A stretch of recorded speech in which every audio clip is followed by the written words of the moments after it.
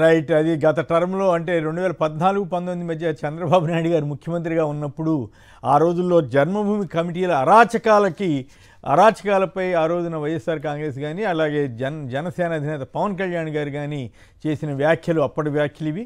అయితే ఇప్పుడు మళ్ళీ జన్మభూమి తల్లిపాల రుణం తీర్చుకుందాం అంటూ మళ్ళీ మారుమోగబోతోందంటూ 50 ఏళ్ల ఈనాడు ఇవాళ ఘనంగా రాసింది. మరి పవన్ కళ్యాణ్ గారికి ఈనాడు వారు సమాధానం చెప్పగలిగితే బాగానే ఉంటుంది. కృష్ణరాజు గారు చెప్పండి, ఆంధ్రప్రదేశ్లో ఈ పరిణామాలన్నీ చూస్తుంటే మీకు ఏమనిపిస్తున్నాయి? నిజంగానే చంద్రబాబు లోకేష్ల మీద కేసులు పెట్టాలా జగన్ గారు డిమాండ్ చేస్తున్నట్లుగా? అలాగే అంబేద్కర్ విగ్రహం మీద దాడి జరిగినట్లు కాదని ఆంధ్రజ్యోతి రాస్తూ ఉంది. మరి వీటి మీద మీ కామెంట్ ఏమిటి? కేసీ గారు, ముందుగా మీకు అలాగే ప్యానెల్లోని పెద్దలకు వీక్షకులందరికీ కూడా శుభోదయం అండి. నమస్కారం. ఆంధ్రప్రదేశ్ లో ఈ రోజున అభివృద్ధి అనే దానికి అడ్రస్ లేకుండా పోయింది. అరాచకం రాజ్యం వెళుతుంది, అరాచకం తాండవిస్తోంది. ఈ ఆంధ్రప్రదేశ్ ను ఈ 60 రోజులు అతలాకుతలం చేశాయని చెప్పి మనం ఖచ్చితంగా భావించాలి. ఎందుకంటే ఈ 60 రోజులే కాదండి, పోలింగ్ ముగిసిన నాటి నుంచి ఇప్పటి వరకు కూడా ఆంధ్రప్రదేశ్ లో నిత్యం అనేక చోట్ల హత్యలు, దమనకాండలు, దహనాలు, దాడులు ఇట్లా జరుగుతూనే ఉన్నాయి. బహుశా భారతదేశంలో మరే ప్రాంతంలోనూ ఇంత పెద్ద ఎత్తున దమనకాండ జరగటం లేదు. కానీ దీనిని మన ఈ వైసీపీకి వ్యతిరేకంగా ఉన్న ప్రత్యర్థులు లేదా ప్రభుత్వ వర్గాల వారు దానిని అంగీకరించరు. కానీ వీరు అంగీకరించకపోయినా జాతీయ మీడియా, అంతర్జాతీయ మీడియా కూడా ఈ వార్తలను ప్రధానంగా ప్రచురిస్తున్నాయి. తాజాగా ఒక ఇన్ఫ్లుయెన్సర్ యూట్యూబర్ ధ్రువరాతే ఆయన కూడా ఆంధ్రప్రదేశ్ లోని అరాచక పరిస్థితుల మీద ఒక ప్రత్యేకంగా ఒక వీడియో చేశారు. అంటే పరిస్థితి ఎంత దారుణంగా ఉందో మనం అర్థం చేసుకోవచ్చు. రెండోది, ఆంధ్రప్రదేశ్ లో ఈ రోజున గవర్నమెంట్ స్పాన్సర్డ్ రెడ్ టెర్రరిజం అమలు జరుగుతుందన్న ఆరోపణలు కూడా ఈ ప్రభుత్వం ఎదుర్కొంటోంది. చంద్రబాబు నాయుడు గారి ప్రభుత్వం ఈ ఆరోపణలు ఎదుర్కొంటోంది. ఎందుకంటే ఒకవైపు నారా లోకేష్ గారు ఎన్నికలకు ముందు నుంచి కూడా ఒక రెడ్ బుక్ చూపించి ఎవరి మీద ఎక్కువ కేసులు ఉంటాయో వారికి అంత గుర్తింపిస్తానని చెప్పి ఆయన చెప్పాడు. పవన్ కళ్యాణ్ గారు అయితే, జగన్ నువ్వేంటి, నీ సంగతి ఏంటి, తొక్కేస్తాను, పాతాళంలో తొక్కేస్తానని చెప్పి ఆయన అంటాడు. ఆయన చంద్రబాబు నాయుడు గారు అయితే ఆయన నీ అంత చూస్తానని చెప్పి ఆయన అంటాడు. ఆయన తాజాగా మీరు చూపించిన వీడియోలో ఒక ఎమ్మెల్యే గారు మండలానికి 2 చంపేయండి మేము చూసుకుంటాము అని ఇటువంటి మాటలు అనేక రికార్డ్ అయి పదిలంగా ఉన్నాయి. దానికి తగ్గట్టుగానే ఆంధ్రప్రదేశ్ లో ఈ రోజున ఒక డెడ్ టెర్రరిజం అనేది వ్యాపించి ఉంది. అయినప్పటికీ కూడా తెలుగుదేశం పార్టీ లేదా ఎన్డీఏ కూటమి నాయకులు బుకాయింపులు చేస్తున్నారు. ఇది సరైన పద్ధతి కాదండి. ఇంకొక ఆసక్తికర విషయం ఏంటంటే, మన ఈ రోజున ఆంధ్రప్రదేశ్ లో ఉన్న పరిస్థితిని ఒకసారి మనం బంగ్లాదేశ్ లో ఉన్న పరిస్థితి కూడా మనం పోల్చుకోవాలండి. ఈ ఎన్డీఏకు ముఖ్యమైన వ్యక్తి మోడీ గారు. ఆయన బంగ్లాదేశ్ లో హిందువుల మీద అకృత్యాలు జరిగితే వాళ్ళ గృహాన్ని ధ్వంసం చేస్తే, మహిళలను మానవంగం చేస్తే, హత్య చేస్తే, చంపేసి కొయ్యలకు వేలాడిపిస్తే మోడీ గారు ఆందోళన చెందుతున్నారు. అక్కడ కావాలి, ఖచ్చితంగా ఆందోళన చెందాలి. కానీ ఈ సంఘటనలన్నీ కూడా ఆంధ్రప్రదేశ్ లో జరుగుతుంటుంటే, అది కూడా ఎన్డీఏ పాలనలో ఉన్న ఆంధ్రప్రదేశ్ లో జరుగుతుంటుంటే మోడీ గారు కానీ, కేంద్ర హోంశాఖ మంత్రి అమిత్ షా గారు కానీ, ఇతర నాయకులు కానీ ఎందుకు స్పందించడం లేదు? ఏమిటి మీరు బంగ్లాదేశ్ లో ఉన్న పరిస్థితులకి ఇక్కడ ఉన్న పరిస్థితులకి తేడా ఏమిటి? అక్కడ మీకు మతోన్మాదులు ఈ అరాచకాలు చేస్తూ ఉంటే, ఆంధ్రప్రదేశ్ లో కులోన్మాదులు వారు ఇటువంటి అరాచకాలు చేస్తున్నారు. అదే తేడా అండి. కానీ నష్టపోతుంది అక్కడ బంగ్లాదేశ్ లో హిందువులైతే, ఇక్కడికి వచ్చేటప్పటికి ఆంధ్రప్రదేశ్ వచ్చేటప్పటికి అమాయకులైన ఆంధ్రులు, వారిలో ఎక్కువ మంది వైసీపీ సానుభూతి పరులు. ఏదైనా ఒక పార్టీకి సానుభూతి పరులుగా ఉండటం అనేది వారు చేసిన పాపమా, నేరమా, ఘోరమా? వేటాడి మరీ చేస్తున్నారే, అది దానిని ఖండించకపోతే ఈ హింస అనేది ఎవరైతే ఖండించరో వారి గుమ్మాల వద్దకే, వారి ఇంటి వద్దకే వచ్చి ఆగే ప్రమాదం ఉంటుంది. కాబట్టి తప్పుని తప్పు, హింసని హింసని చెప్పకపోతే మొత్తం రాష్ట్రమే అధోగతి పాలయ్యే ప్రమాదం ఉంటుంది. మనం చెప్పుకోను, బంగ్లాదేశ్ లో మతోన్మాదుల దుశ్చర్యలు అయితే ఆంధ్రప్రదేశ్ లో కులోన్మాదుల దుశ్చర్యలు.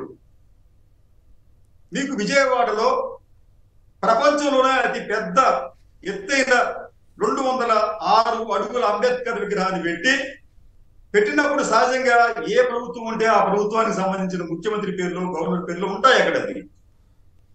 దానిని కూడా సహించలేక, అంటే ఉంటే కొండ మీద అమ్మవారు ఉండాలి, లేకపోతే కింద వేరే వారు ఉండాలి అనే ఒక భావన.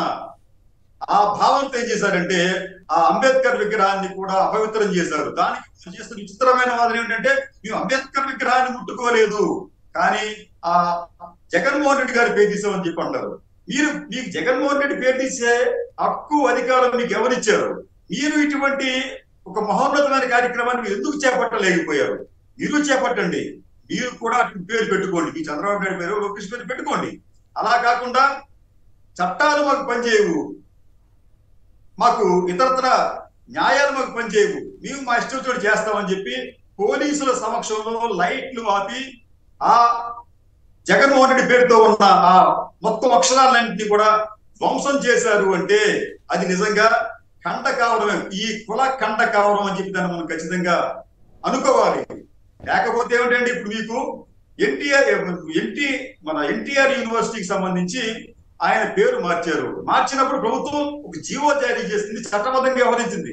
మీరు కూడా పేర్లు తీసేయాలనుకుంటే ఒక జీవో జారీ చేయండి, పార్లమెంట్ లో అసెంబ్లీలో పెట్టండి, చర్చ జరపండి, తీసేయండి మీకు ఇష్టమైతే.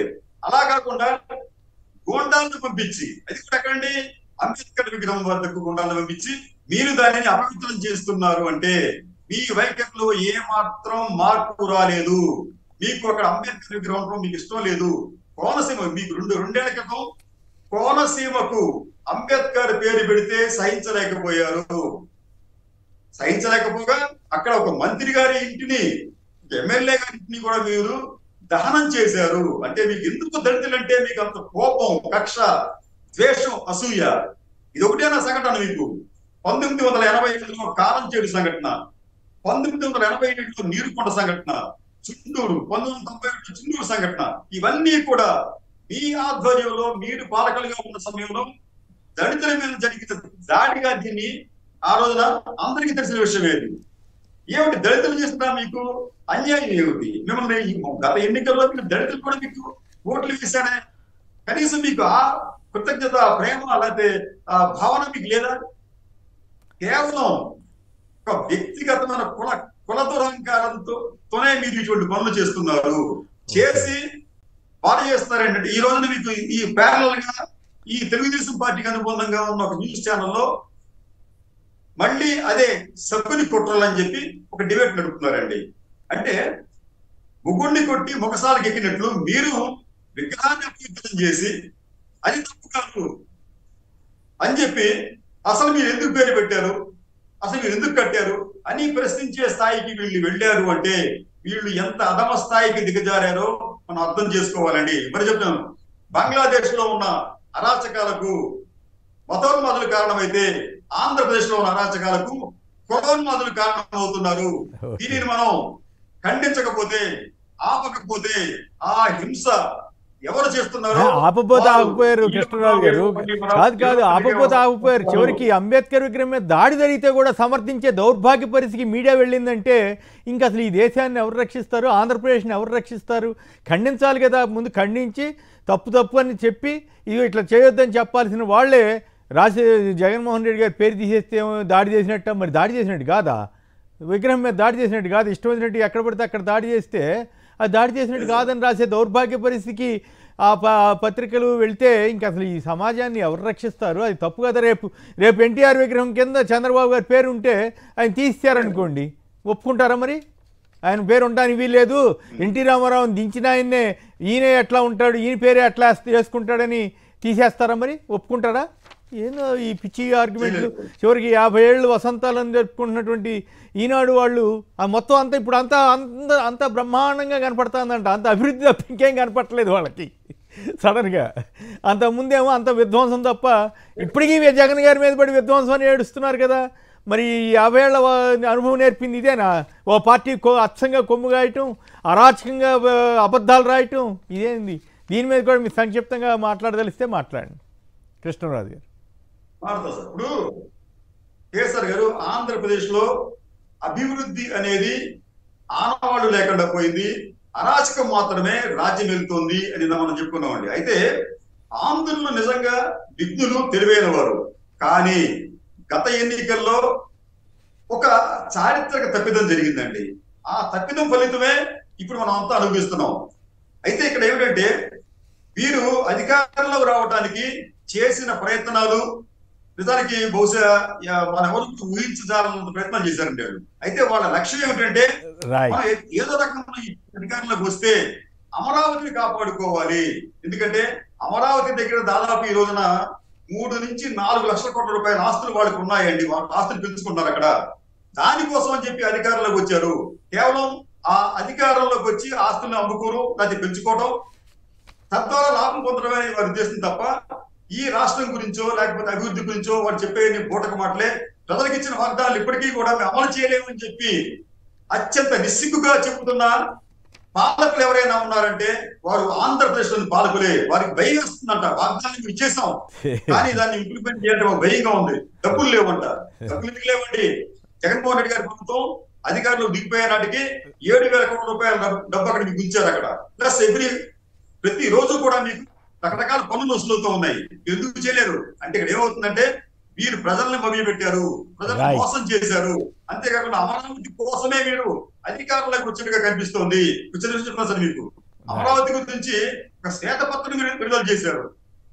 ఆ శ్వేతపత్రంలో రైతుల గురించి తప్ప మిగతా అన్ని విషయాల గురించి మాట్లాడారు. ఐఏఎస్లకి ఇళ్ళు, ఎమ్మెల్యేలకి ఇళ్ళు, అధికారులకి ఇళ్ళు చెప్పారు తప్ప ఈ రైతులకి ఇవ్వవలసిన దాదాపు 65,000 రిటర్నబుల్ ప్లాట్స్ గురించి అది మళ్ళీ చర్చిద్దాం, అది మళ్ళీ మాట్లాడుకుందాం కృష్ణరాజు గారు.